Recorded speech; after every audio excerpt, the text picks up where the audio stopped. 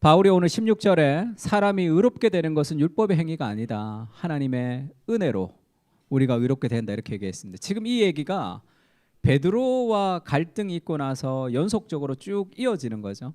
그러니까 베드로는 왜 외식을 하게 됐냐 하면 하나님의 말씀에 순종하는 것보다 내가 쪽팔리는 것, 내가 부끄러운 것이 더 컸죠. 그러면 하나님의 말씀보다 자신이 원하는 것을 선택합니다. 그것을 바울이 뭔가 복음이 너의 안에 잘못 역사되었다 그렇게 얘기하죠. 복음이라는 것은 행위로 의롭게 되는 것이 아니다. 할례를 받아야 구원받는 것도 아니고 다른 사람의 평판을 위해서 내가 뭔가를 하는 것도 아니고 율법의 행위가 아니라 은혜로 구원받은 것을 기억한다면 그 삶이 좀 달라야 된다. 선택이 달라야 된다. 바울이 그렇게 권면하고 있습니다. 그러니까 율법의 행위로는 의로움을 얻을 수 없다. 율법의 행위로 의롭게 되지 않는다라는 것을 얘기를 해주고 있어요. 베드로는 그걸 알고 있었지만 자신의 행위로는 율법을 통해서 행위를 통해서 구원을 얻고자 하는 마음이 그 삶에 있었습니다.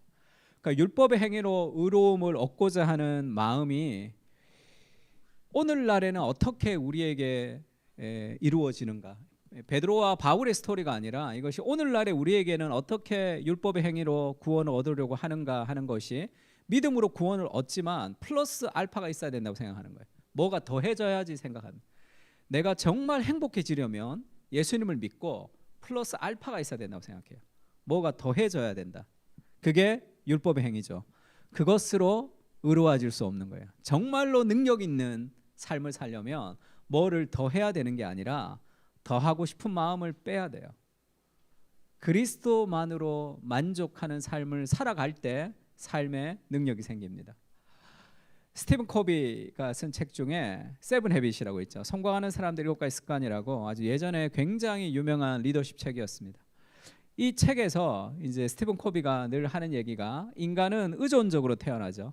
그래서 3가지 습관, 개인의 승리, 3가지 습관을 잘 하면 독립성을 가지는 인간이 되고 독립적인 인간이 상호 의존, 서로 윈윈 하면서 살아갈 수 있다라는 것이 어떤 리더십의 교본과 같이 그렇게 가르쳐 줬습니다. 그래서 뭐 좋은 말이죠. 좋은 말이지만 하나님이 빠진 어떤 리더십의 특징은 이 독립성이에요. 독립성. 내가 스스로 독립적으로 내가 무언가를 할 수 있는 사람이 돼야 된다고 생각했는데 영적으로 보면 우리는 독립적인 사람이 되는 것이 아니라 하나님을 통한 독립성이에요. 그러니까 하나님을 의존하는 삶의 독립성을 가져야 됩니다. 스티븐 코비가 이 성공하는 사람 7가지 습관을 통해서 승승장구하다가 주식을 잘못해서 완전히 파산을 한번 한 적이 있죠. 그래서 뭐 인터뷰를 했더니 내가 했던 대로 내가 살지 못해서 그렇다 뭐 그런 인터뷰를 하기도 했는데 그래서 오늘날 우리가 가져야 되는 어떤 율법을 통한 의로움이라는 것은 스스로 뭔가를 하려고 하는 마음입니다. 왜 자유주의는 실패했는가라는 책을 보면 자유주의, 개인의 자유, 내가 독립성을 갖고 내 인생을 내가 선택한다라는 삶의 자유가 그것이 우리를 더 힘들게 하는데 이 세상에서 과거에 대한 감사와 미래에 대한 의무는 사라지고 거의 모든 사람이 즉각적인 만족을 추구하는 거죠. 내 삶의 만족을 추구하는, 그러니까 내가 스스로 나를 만족시키는 삶을 사는 것이 오늘날의 또 다른 복음 중에 하나입니다. 문화는 자제력과 예의의 덕을 고양시키기 위해 과거의 지혜와 경험을 전해주는 것이 아니라 소비, 욕구, 냉담을 조정하기 위한 쾌락적인 자극, 노골적인 관능, 오락거리와 동의어가 되어버린다. 그 결과 자신을 높이고 사회를 파괴시키는 피상적인 행동들이 사회에 만연하기 시작했다. 개인의 자유를 극대화하는 세상은 나라와 공동체가 다 무너지게 되어 있습니다. 그러니까 자본주의와 민주주의라는 것이 끝까지 온 것 같죠. 지금의 시대는. 그러니까 개인 스스로 나를 만족시키는 것, 개인 스스로 나의 욕구를 채워가는 그것이 참된 자유가 아니고 스스로 하는 것이 아니다. 그렇게 얘기합니다. 조지프 나이라는 사람이 이 그레이트 마인드라는 위대한 수업이라고 그 EBS에서 했던 수업이 있습니다. 아주 굉장히 유명한 리더십 전문가죠. 그래서 예전에는 하드 파워가 있었는데 오늘날에는 소프트 파워. 그래서 사람들을 이렇게 자발적으로 이끌어내야 된다. 그래서 그 스마트 파워로 이제 시대의 리더십이 바뀌어야 된다. 이렇게 얘기했던 아주 좋은 그런 리더십 전문가가 있습니다. 근데 소프트 파워라는 것은 다른 사람의 취향에 영향을 미쳐서 그를 끌어다니는 능력이죠. 자발성을 이끌어내는 능력입니다. 그래서 이런 소프트 파워를 가지고 사람들을 이끌어가는 데가 어디냐 하면 그게 이제 헐리우드, 그다음에 광고, 그 영화 같은 데서 사람들에게 보여주는 그런 문화적인 내러티브들이 우리 속에 이렇게 스며든다는 거죠. 광고도 마찬가지입니다. 광고가 소프트 파워의 전형인데 강제하는 것이 아니죠. 단순히 우리의 욕구를 자극하는 소비주의를 통해서 우리의 행동을 통제하려는 시도다. 그 슬로우 영성을 썼던 존 마크 코모가 그렇게 얘기했습니다. 오늘날은 은근히 이 우리의 욕구를 자극해서 삶을 인도하는 그런 형식의 문화 내러티브가 우리 가운데 계속 퍼져나가고 있다는 거죠. 그래서 내가 원하는 거, 내가 스스로 하는 거, 그것을 통해서 내가 성취하는 거, 그것이 삶의 구원과 같은 거죠. 교회를 나와서 복음을 듣지만 플러스 내 삶의 개인적인 능력과 노력을 통해서 뭔가를 성취해야지만 더 큰 구원을 얻을 것 같은 생각을 가지고 있습니다. 그래서 피로 사회에서도 그렇게 얘기하죠. 과도한 노동과 성취는 자기 착취로 이어집니다. 자기 착취는 자유롭다는 느낌을 동반하기 때문에 타자의 착취보다 더 효율적이죠. 착취자는 동시에 피착취자고 가해자와 피해자는 더 이상의 분리되지가 않는 시대. 옛날에는 사장이 노동자들을 착취했기 때문에 사장이 착취하는 것이 힘들다고 생각했는데 오늘날은 스스로 자기를 착취하죠. 완벽주의, 더 많은 능력. 그래서 집에 와서도 쉬지 못하고 계속적으로 돌아가는 삶의 어떤 가해자가 피해자와 구분되지 않는 세상이. 그거는 무언가 내 안에 또 다른 율법주의가 하는 거죠. 내 삶을 통해서 뭔가 의로움을 얻고 싶어하는 삶의 동기가 우리를 쉬지 못하게 하면서 우리를 이끌어갑니다. 에일 프롬의 사랑의 기술도 비슷한 얘기를 하죠. 어떤 사람들은 불안감과 고독감에 쫓겨서 끊임없이 일합니다. 어떤 사람은 야망이나 돈에 대한 탐욕에 쫓겨서 끊임없이 일하죠. 이 모든 경우에 이 사람들은 열정의 노예가 되고 그들이 쫓기고 있으므로 사실 그들의 활동은 수동적인 거죠. 굉장히 능동적으로 일하는 것 같지만 수동적으로 어딘가에 계속 이끌려가는 거예요. 삶에 있어서. 그들은 행위자가 아니라 순환자고 사실 명상은 수동적이지만 최고의 활동이다. 활동에 대한 근대적 개념은 외부적 목적 달성을 위한 에너지 사용을 가리킨다. 그러니까 근대적으로 우리가 활동하는 것, 성취하는 것은 외부적으로 에너지를 막 쓰는 거라고 생각하기 때문에 사실 명상같이 머무는 것이 더 자신을 더 많은 활동을 하게 하는 그런 지혜가 된다. 에릭 프롬이 이제 그렇게도 얘기했습니다. 그러니까 우리가 뭔가 많이 활동하고 많이 일하고 많이 노력하고 하나님 앞에 머무를 시간이 없을 정도로 열심히 살아가는 그 삶의 동력이 그것이 베드로같이 우리 삶에 결정적일 때 자신이 원하는 무언가를 이렇게 가질 수 있는 그런 또 다른 복음으로 작용하는 것 같습니다. 창세기 보면 이런 말씀이 있죠. 같이 읽을까요? 여자가 시작.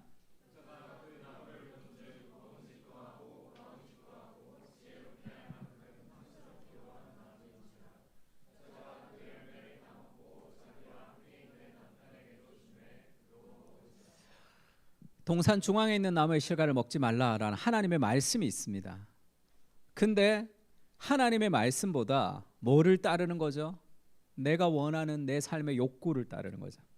내가 보기에 이게 먹음직하고 보암직하고 탐스럽구나 이렇게 하나님의 말씀의 기준이 아니라 내 안에 어떤 욕구와 만족을 충족시키려고 하는 그 삶의 동기를 따라가는 거죠. 그래서 하나님의 말씀을 버리고 자신의 욕구를 가지는 그런 삶들을 살아갈 때가 있습니다. 이게 나의 행위로 내가 스스로 나를 구원하고 싶어하는, 나의 행위로 내가 의로워지고 싶어하는 거죠. 더 많은 능력을 가지고 더 많은 사람들에게 인정을 받고 그렇게 누리고 싶어하는 삶의 어떤 욕구들이 있습니다. 바울이 그렇게 얘기하는 거죠. 율법의 행위로는 의롭다함을 얻을 수가 없다. 그것을 깨달아야 돼요. 복음이라는 것은 첫 번째는 나쁜 소식이고 두 번째가 좋은 소식이라고 얘기했습니다. 첫 번째는 너는 죄인이고 너의 인생에 어떤 소망도 스스로 구원할 수 없다라는 나쁜 소식이, 그 자기 절망, 그래서 그리스도를 통해서 우리가 얻는 새로운 삶이, 그것이 복음이죠. 베드로가 예수님을 처음 만났을 때 그렇게 고백합니다. 시몬이 대답하여 이르되 선생님, 우리들이 밤이 새도록 수고하였으되 잡은 것이 없습니다. 그렇게 얘기하는. 내가 하나님을 떠나서 복음이 아닌 플러스 알파가 우리 인생 가운데 어떤 나를 의롭게 할 것이라고 생각하지만, 내가 밤이 맞도록 수고했지만 결과는 아무것도 얻는 것이 없는 결과를 맞이하게 될 거예요.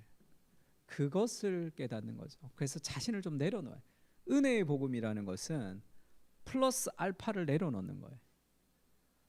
신앙이라는 것은 뭔가를 자꾸 더 하는 것이 아니라 내 안에 무언가를 좀 내려놓는 겁니다.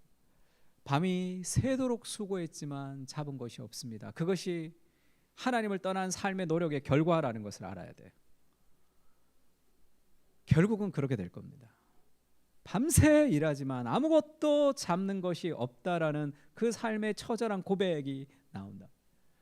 말씀에 의지하여 내가 그물을 내릴 것입니다. 이렇게 얘기하죠. 베드로는 어부였습니다. 거기에 잔뼈가 굵었어요. 근데 어디서 랍비라는 사람이 와서 깊은 데로 가서 그물을 던져라 하는 것이, 이게 전문가 입장에서 받아들이기가 쉽지가 않단 말이에요. 그것을 받아들이는 거죠.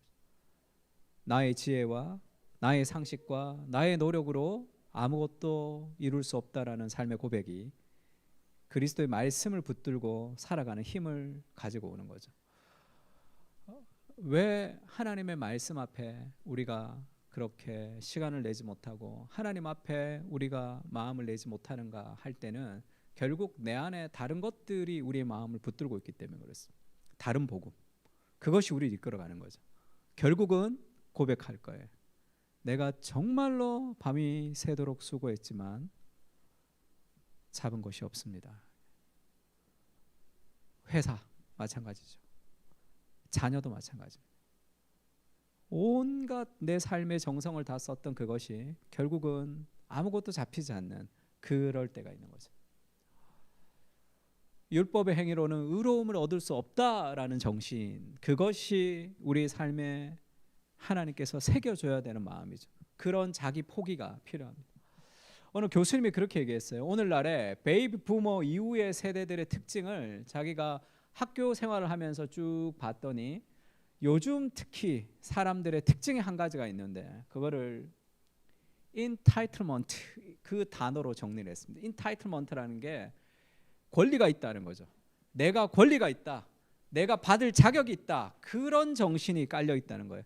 그러니까 사회가 좀 이 가난하고 힘든 세상이 지나고 베이비 부머 이후에 좀 잘 먹고 잘 사는 세상이 되어서 그런지는 모르겠지만, 오늘날의 특히 젊은 사람들의 특징은 내가 받을 권리가 있다라는 생각을 가진다는 거예요. 그래서 수업에 3번 빠지면 F가 나오죠. F가 나가면 난리가 난다는 거예요. 수업에 3번 빠지면 F가 나가는 것이 정상인데 절대 인정하지 않는 그런 시대가 되었다. 그래서 그거를 실리버스에 쓰면서 이 강조체로 강조해서 처음에 엄청나게 얘기한다는 거예요. 그래도 그것을 수용하지 않는 사람들이 많다는 거예요. 왜 그렇죠? 내가 받을 권리가 있는 거예요. 그것이 우리 삶의 기본적인 정서입니다. 그래서 무언가 마찬가지죠. 식당에 가거나 뭐 할 때 뭐 조금만 늦거나 뭐 종업원이 뭔가 좀 잘못하면 굉장히 분노하는 사람들도 많습니다. 내가 내 돈 내고 왔기 때문에 내가 그렇게 할 권리가 있다고 생각하는 거죠. 그런 모두가 권리를 주장하는 그런 시대 속에서 우리가 살아가는데, 복음이라는 것은 내가 받을 권리가 없다는 것을 인정하는 거죠. 내 삶에 있는 모든 것, 그것은 다 하나님의 은혜의 결과라는 것을 기억하는 것. 그것이 복음의 시작이죠. 내가 오늘 살아있는 것, 오늘 내가 숨 쉬는 것, 내가 오늘 걸어갈 수 있는 것, 내 삶의 모든 것이 하나님의 은혜의 결과, 이것이 나의 권리가 아니다는 것을 인정할 때 삶에서 여러 가지 어려운 삶의 현실들을 통과할 수 있는 거죠. 내가 권리가 있다라고 생각하기 때문에 힘들 때마다 원망과 불평들이 많이 나옵니다. 내가 받지 않아야 될 것을 받는 것처럼 생각하는 경향이 있는 거죠. 율법의 행위로 의로움을 얻으려고 하는 생각들이 우리 안에도 계속 진행이 되고 있는 거죠. 제주도에서 무면허로 고등학생이 운전하다가 사망했습니다. 친구 3명 다치고 죽은 사건이 있죠.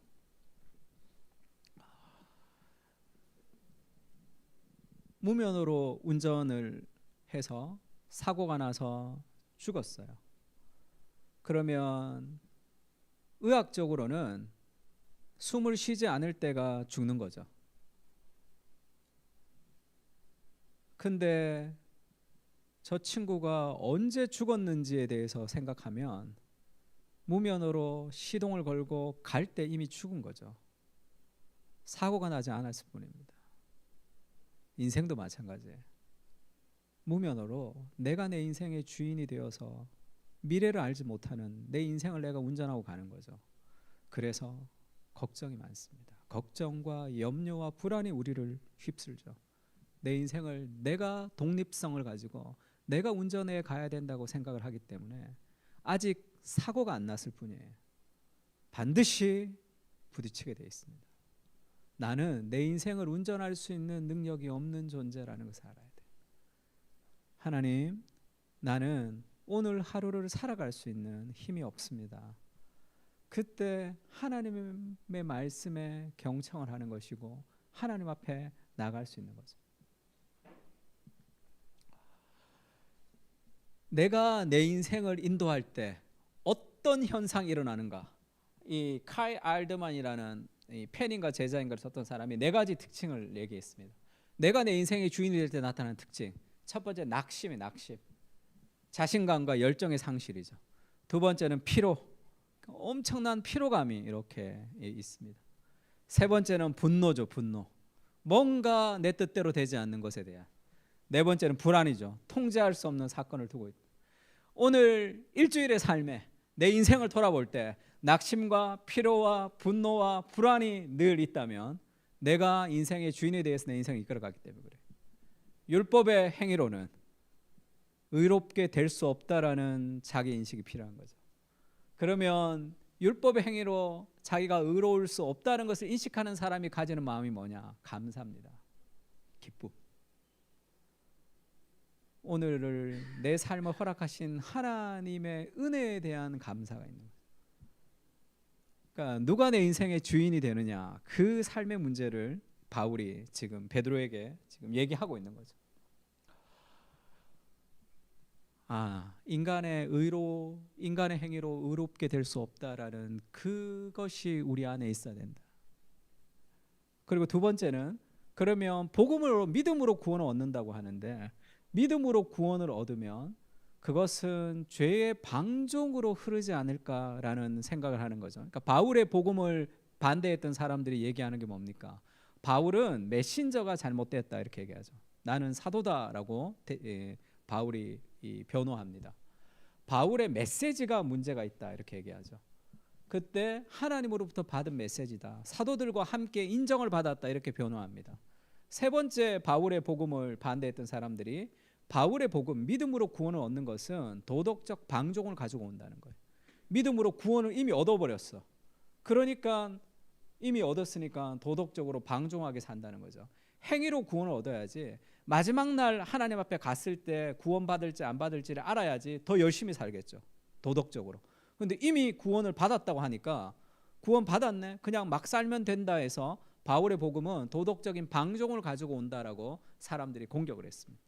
바울이 그렇게 얘기하죠. 믿음의 구원이 더 거룩한 삶을 살게 한다는 거죠.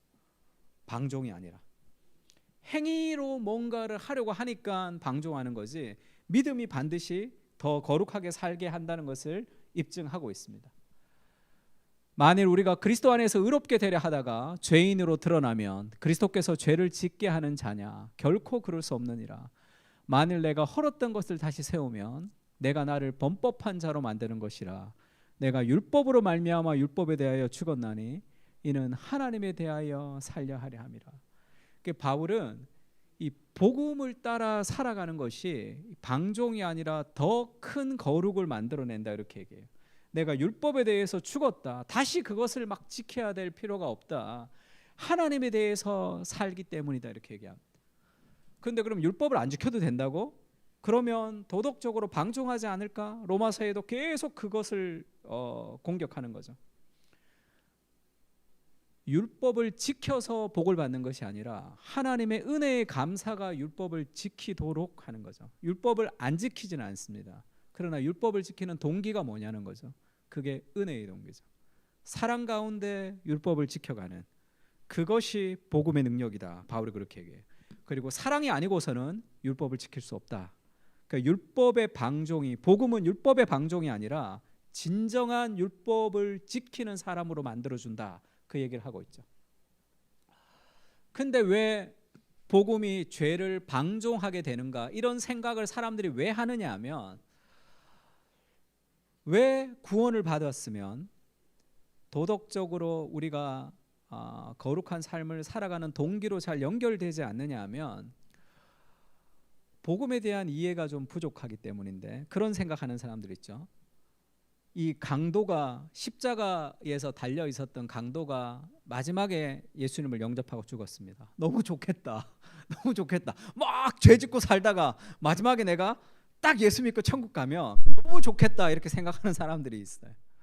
그 왜 그러냐 하면, 그러면 또 이제 그런 얘기하면 부모님들이 그렇게 얘기하죠. 네가 언제 죽을지 모르기 때문에 그럼 죄 짓다가 죽으면 어떡할래? 막 그러면서 이제 협박해서 예수님을 열심히 믿어야 된다고 얘기를 하는데, 늘 찝찝하죠. 일찍 예수 믿어가지고 막 힘들게 막 살아야 되고, 나는 죄도 못 짓고, 그래서 막 죄 짓고 살다가 마지막에 그냥 딱 믿으면 너무 좋겠다. 그렇게 생각이 드는 게 왜 그러냐면, 복음의 의미를 반쪽만 아는 거죠. 우리가 사형리를 통해서 우리가 복음을 들을 때 이 복음의 핵심이 뭡니까? 내가 구원받는 거야. 내가 죄에서 구원받는 겁니다. 그것도 복음이죠. 그것도 복음. 반드시 필요한 복음입니다. 근데 복음이 거기에서 끝나는 게 아니잖아요. 그러면 지금 죽어도 되잖아요. 내가 죽어서 천국 가는 것이 복음의 전부라면 살아야 될 삶의 이유를 모르는 거죠. 지금 죽어서 천국 가면 되는데, 그러면 복음 이후에 우리가 왜 이 땅에 있는지에 대한 삶의 의미가 있어야 되는 거죠. 거기까지가 복음. 복음은 죄로부터 우리를 구원하는 것이 아니라 우리를 의로운 삶으로 인도합니다. 틴켈러가 그렇게 얘기했는데, 철학에서 자유를 두 가지로 얘기했죠. 하나는 부정적인 자유입니다. 부정적인 자유는 무엇으로부터의 자유예요. 오늘날 포스트 모던의 사람들, 특히 젊은 사람들이 가지는 자유가 뭐냐면 무엇으로부터의 자유예요. 뭐든지 속박하는 것은 다 힘들다고 생각합니다. 그러니까 부정적인 자유죠. 그러니까 나의 마음에 걸리는 것이 없으면 자유하다 생각하는 거예요. 그러니까 내가 마음대로 하는 자유, 원하는 자유예요. 이게 다 부정적인 자유죠. 무엇으로부터의 자유입니다. 근데 자유는 긍정적인 자유라는 게 있죠. 그 무엇을 위한 자유예요. 하나님이 애굽에서 고통하던 그들을 출애굽시키죠. 애굽으로부터의 자유죠. 왜죠? 가나안으로 들어가기 위한, 하나님을 예배하기 위해서다. 모세가 그렇게 얘기하죠. 내 백성을 보내라. 거기서 하나님을 예배하게 할 것이다. 이렇게 얘기합니다. 출애굽으로부터의 자유는 하나님을 예배하는 곳으로 가는 자유예요. 출애굽은 죄로부터 구원을 받았는데 내가 어디로 가는지에 대한 방향을 모르면 여기서 길을 잃는 거죠. 그래서 다른 복음을 가지고 살아갑니다. 구원은 받았고 플러스 내 삶의 성공, 플러스 내 삶의 결혼, 플러스 내 삶의 사랑, 그렇게 어디로부터 가는지에 대한 삶의 방향을 잃어버리면, 구원은 받았지만 내가 어디로 가는지를 모르면 방종으로 흐르게 돼 있죠. 삶에 다른 것들이 우리의 구원자로 등장합니다. 부정적인 자유, 제한으로부터 벗어난 자유는 얄팍해서 충분하지 못하죠. 현대 서구 문화의 자유는 자유의 목적이 무엇인지, 착륙지점이 어디인지 말하기를 죽도록 두려워하죠. 뭐든지 다 반대예요. 뭐든지 다 나를 속박하는 거예요. 그거는 다 잘못된 거예요. 그러면 너가 어디로부터 어디까지 가는데 하면 대답할 수가 없습니다. 그래서 착륙 지점이 어디인지를 말하지 않는 자유예요. 자유가 제한될까 봐 두려웠어요. 그러니까 제한받지 않는 것이 자유라고 생각하기 때문에 모든 것도 다 제한을 받는 상황. 내 마음에 원하지 않는 것을 하게 하는 것은 자유를 속박하는 것이라는 희한한 착각을 우리가 가지고 있습니다. 진리가 우리를 자유롭게 하는 거예요.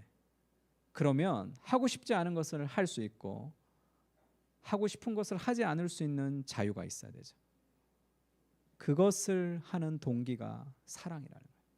사랑 안에서 어려운 것을 할 수 있는 동기가 이루어질 때 참된 자유에 도달할 수 있습니다. 그래서 우리는 그냥 표류한다 하죠.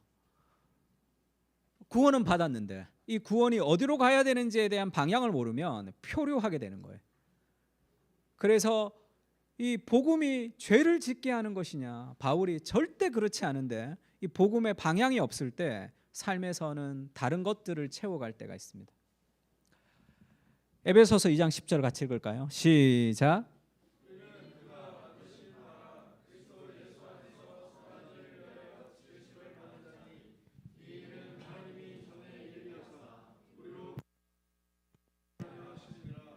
우리는 그가 만드셨습니다. 이 만들었다는 단어가 이 포에마, 이 포엠, 시라는 표현이 여기서 나왔다 말씀드린 적 있죠. 그래서 어떤 성경에는 마스터피스 이렇게 번역했습니다. 우리는 하나님의 걸작품이다. 하나님이 우리를 만드셨다는 거예요. 왜죠? 그리스도 예수 안에서 선한 일을 위해서 지음을 받았다. 만세전에 하나님 우리를 택하셨어요. 그리고 그리스도의 목숨을 버리시면서 하나님의 사랑을 여기서 확인시켜 주셨습니다. 왜요?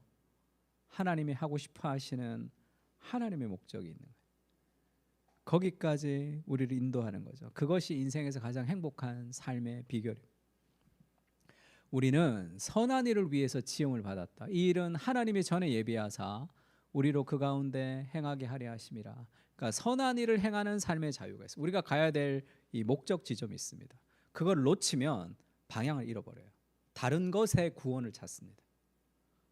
그러면 결국 그곳에서 참된 구원이 없는 거죠. 책과 음악의 아름다움에 매료가 되어서 거기서 진정한 아름다움을 찾게 되면 다 배신당하게 됩니다. 그것은 다 하나님의 아름다움의 파편이죠. 하나님께로 인도하는 길일 뿐이죠. 기도와 하나님을 아는 지식이라는 그 책이 있습니다. 그레암 골즈워드라는 그 성경신학을 썼던 그 교수님이 쓴 책인데 여기서 참 재밌는 얘기를 하는데 우리가 다음 주에 기도응답의 확신 두 번째 할 때 이걸 조금 더 자세하게 배울 거예요. 기도와 하나님을 아는 지식이 어떤 관계가 있냐면 하나님은 하나님의 뜻을 계시하시죠. 하나님의 뜻은 반드시 이루어집니다. 근데 그 하나님의 뜻이 이루어질 때 우리의 기도를 통해서 하나님이 일하신다는 거예요. 70년 뒤에는 바벨론 포로에서 돌아가게 될 것이다. 그러면 반드시 70년 뒤에는 돌아가는 게 하나님 뜻이죠.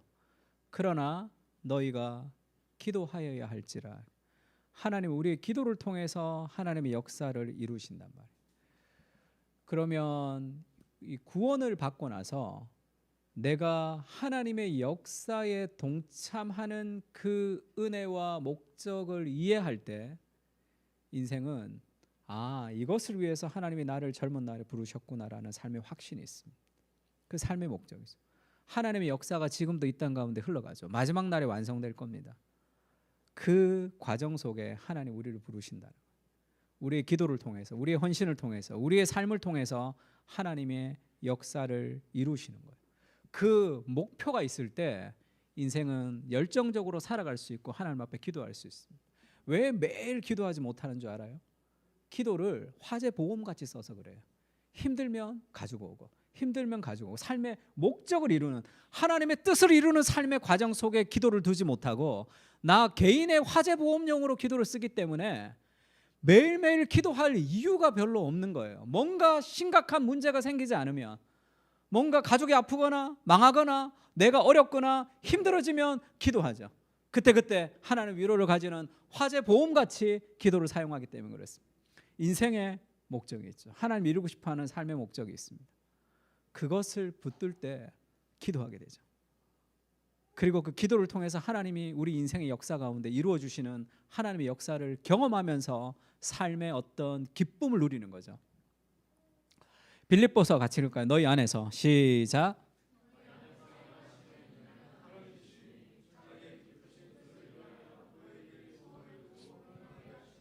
예배를 드리고 말씀을 듣고 찬양을 하고 우리가 성경을 읽으면서 하나님이 우리 마음에 어떤 소원을 주실 때가 있습니다.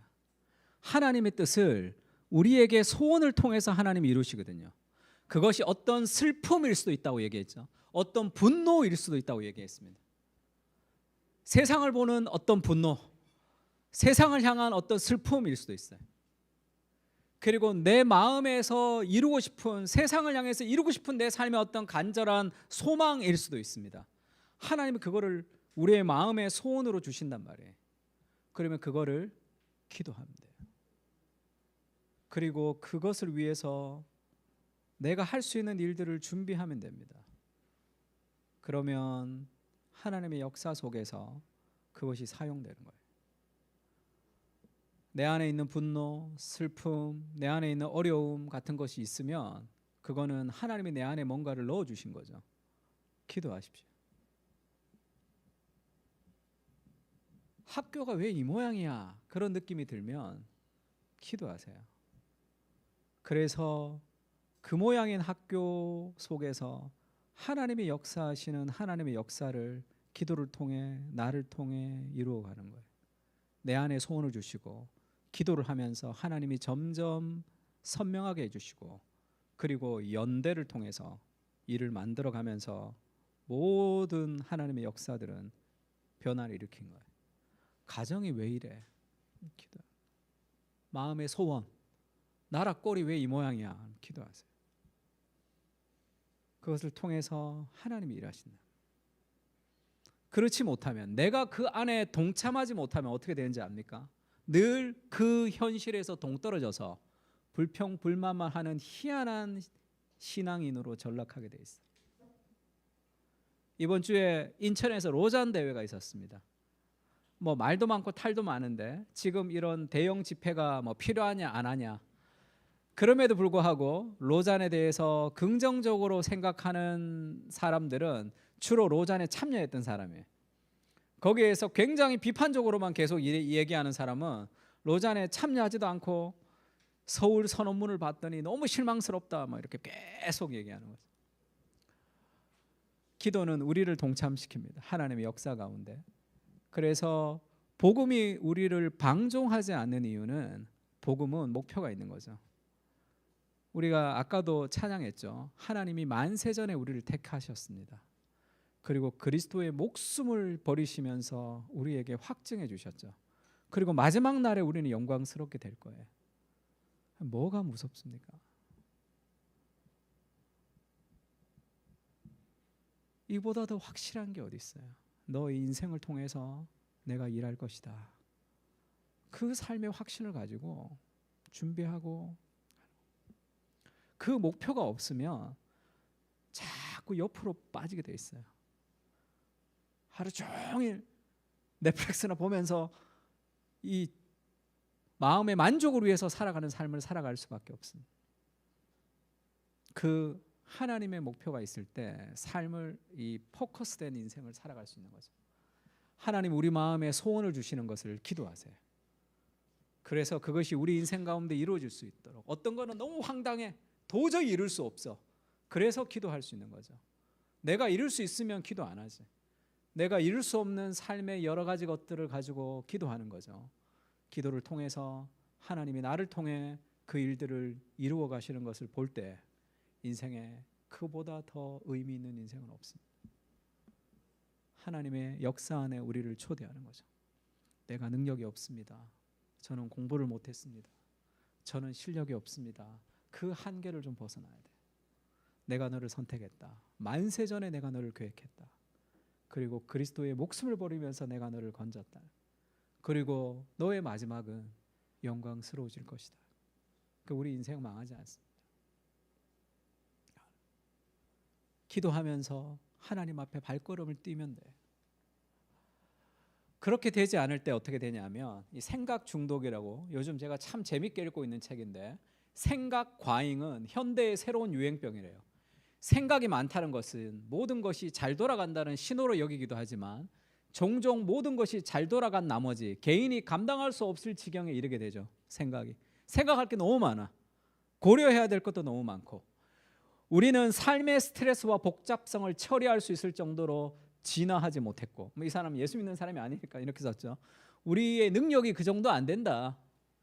사회는 빨리 진화했는데 인간이 진화를 덜 했기 때문에 사회적인 것을 우리의 생각 속에서 해결할 수 있을 정도의 능력이 안 된다는 거죠. 우리가 따라서 고통받고 있습니다. 이것이 우리가 처한 현실이며 상상은 점점 더 악화되고 있습니다. 그러니까 생각 중독이 뭐죠? 염려와 걱정과 근심과 불안이 우리를 막 자리 잡는 거죠. 왜죠? 내가 내 인생의 주인이 되어서 운전을 하니까 이게 어디로 가는지 어떻게 가야 되는지 도무지 알 수 없으니까 얼마나 불안해요. 그래서 여기 받고 저기 받고 여기 스크래치 나고 저기 스크래치 나면서 사는 거예요. 결국은 밤이 맞도록 수고했지만 아무것도 얻은 것이 없을 정도로 완전히 자동차가 다 박살나는 지경으로 갈 수도 있는 거죠. 구원은 거기로부터 우리를 건지는 겁니다. 구원 이후에 방향성이 없으면 늘 근심 가운데 살아갈 수 있는 거죠. 그래서 너희가 염려하기를 무엇을 먹을까 무엇을 마실까 염려하지 말라. 다 이방인들이 구하는 것이라. 너희 하늘 아버지께서 이 모든 것이 너희에게 있어야 할 줄을 아시니라. 그래서 너희는 먼저 그의 나라와 그의 의를 구하라. 그래야 하면 이 모든 것을 너희에게 더하시리라. 그의 나라와 그의 의를 구하면 염려하지 않을 수 있습니까? 늘 어렵고 힘든 일들은 그대로 있어요. 그러나 그 삶의 목표가 우리의 어려움을 이기면서 걸어가게 하는 겁니다. 내일 일은 내일이 염려할 것이요 한날의 괴로움은 그날의 족하다. 인생의 구원이 우리의 삶에 어떤 목표가 있다는 것을 좀 알아야 돼요. 거기까지 가게 할 것이라는 그 삶의 확신이 좀 필요하죠. 하나님이 나를 통해 일하신다는 확신이 좀 필요해요. 근데 그 확신이 없는 이유가 나는 능력이 없다라는 잘못된 생각들이 우리 안에 있는 거죠. 예레미야 32장 2절에 3절 같이 한번 읽을까요? 일을 행하시는 여호와 시작.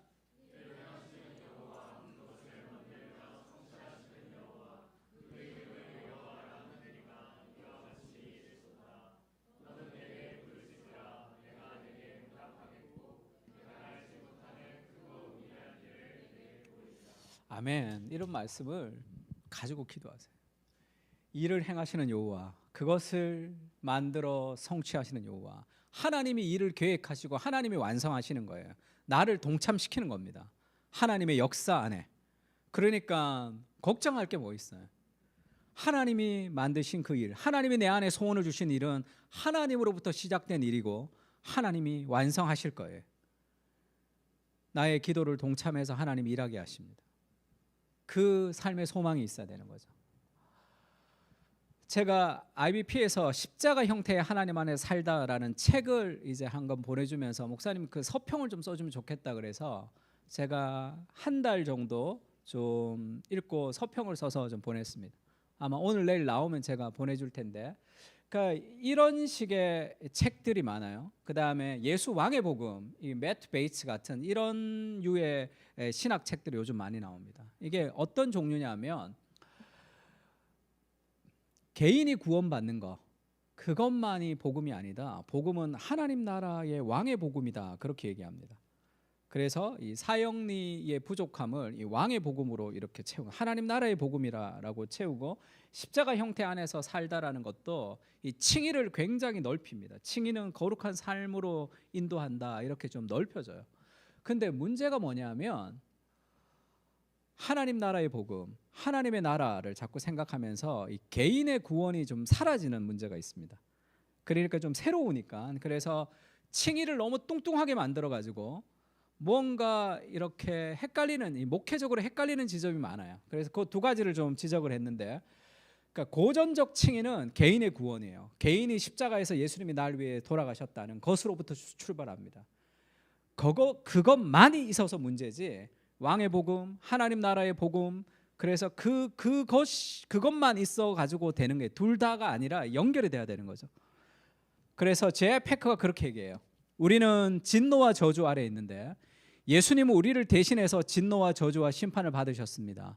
우리가 회개하고 그리스도를 믿을 때 용서와 의를 모두 받을 수 있죠. 하나님의 은혜로 전율하는 경험은 그리스도인이 정의를 시행하는 데 있어 열정을 불어넣는다. 이 J.I. 패커가 정말로 정확하게 얘기했죠. 내가 개인적으로 죽음에서 구원을 얻었다는 그리스도의 그 은혜가 왕의 복음, 세상을 향한 하나님의 나라, 하나님의 정의로 이끌어가는 삶의 동력이 되는 거예요. 이것만 있어도 안 되고 저것만 있어도 안 되는. 그래서 우리가 분명하게 구원의 수평적 측면을 부각시키고 은혜의 고전적 교리들을 부인한다면 그 결과는 파괴적이고 균형을 상실할 수도 있다. 오늘날의 신학이 좀 발달하면서 뭔가 새로운 것을 원하니까 이 고정적 칭의론, 루터와 칼빈의 구원론은 좀 오래된 것이라 좀 새로운 구원론이 필요하다. 그런 얘기가 많습니다. 갈라디아서에도 마찬가지. 그래서 개인의 구원이 아닌 이 세상의 변화를 얘기하지만 모든 세상의 변화의 힘은 개인의 구원으로부터 나가야 되는 거죠. 그래서 바울이 그렇게 얘기하죠. 같이 한번 읽을까요? 시작.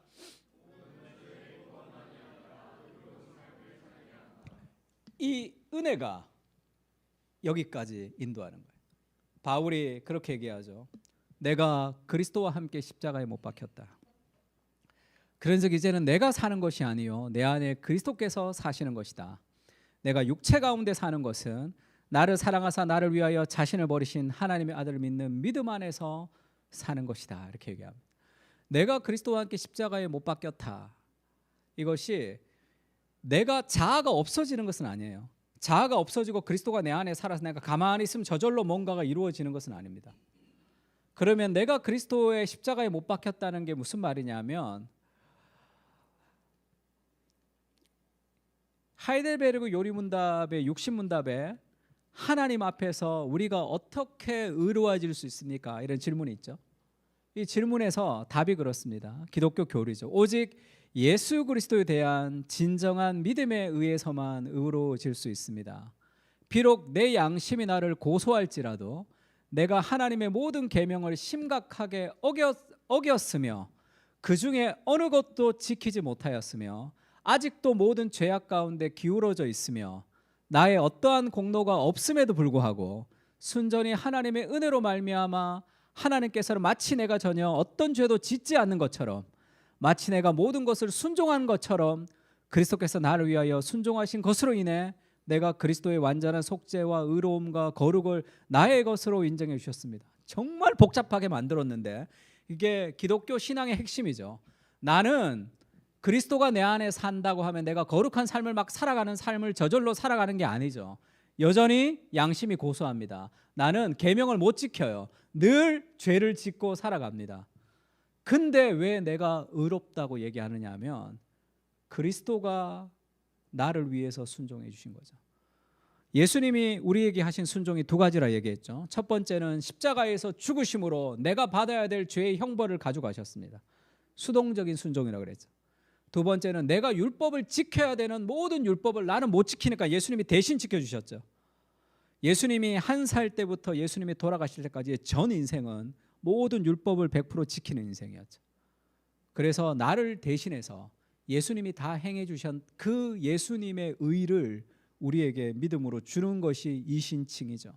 믿음으로써 의롭다함을 칭하게 된 거죠. 정말 의로운 것은 아니지만 그리스도가 우리를 위해서 하신 것을 우리에게 전가해 주셨습니다.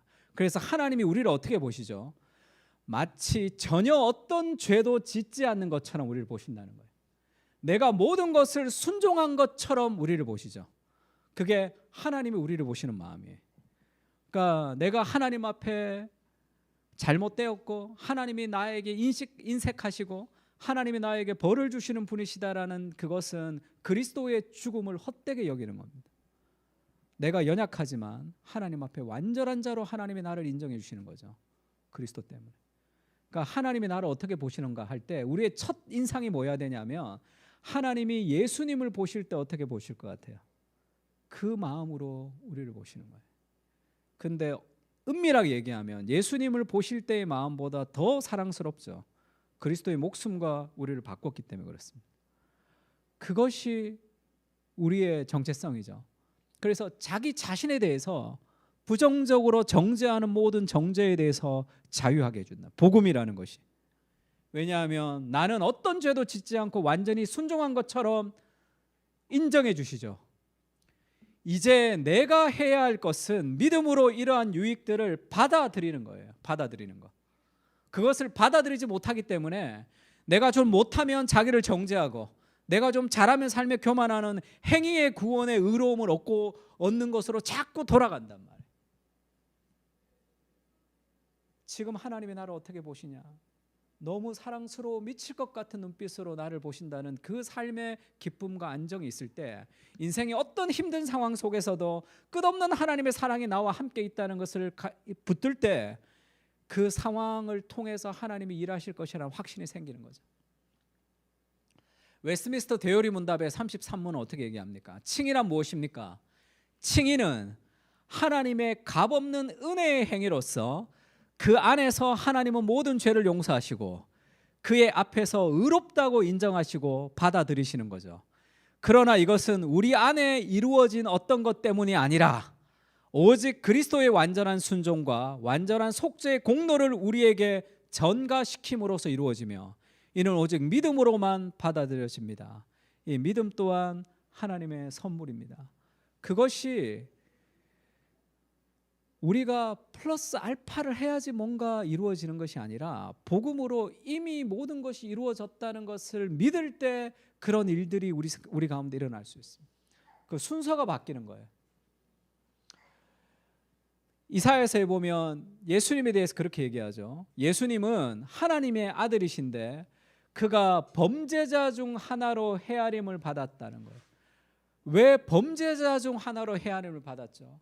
그리스도가 죄가 없는 그리스도가 범죄자 취급을 당하셨기 때문에 정말 범죄자인 우리가 의로운 취급을 당하는 거잖아요. 성경에 이런 말씀이 있습니다. 예레미야서 같이 읽을까요? 여호와의 말씀이니라. 시작.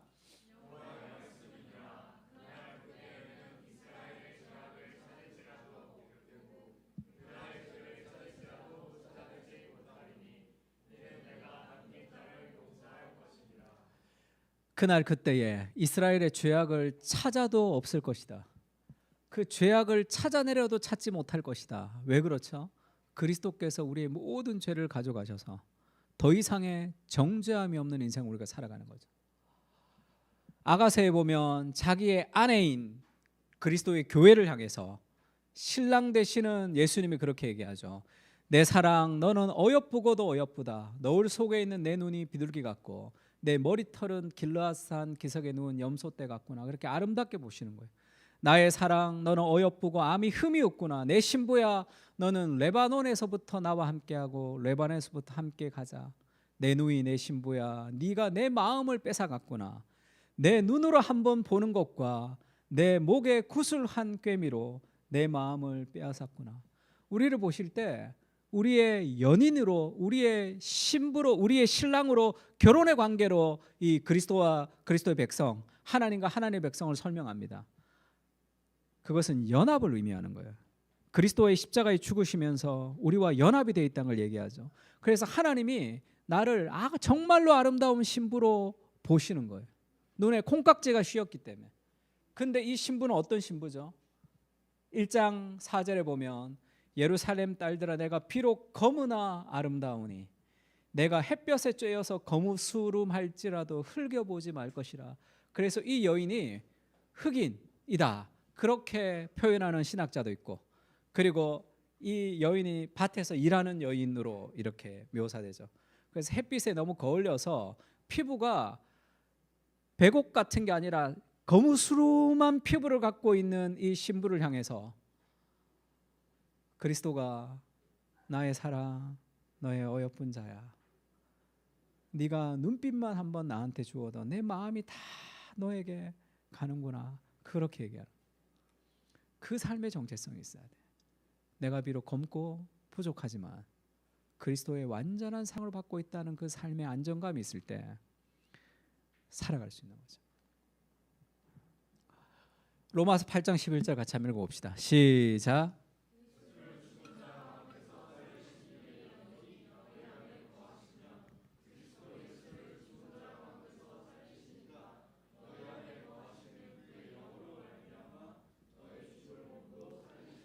내가 그리스도와 함께 십자가에 못 박혔나니 이제는 내가 사는 것이 아니요 내 안에 그리스도께서 사시는 것이라가 얘기하는 교리는 그리스도와의 연합의 교리죠.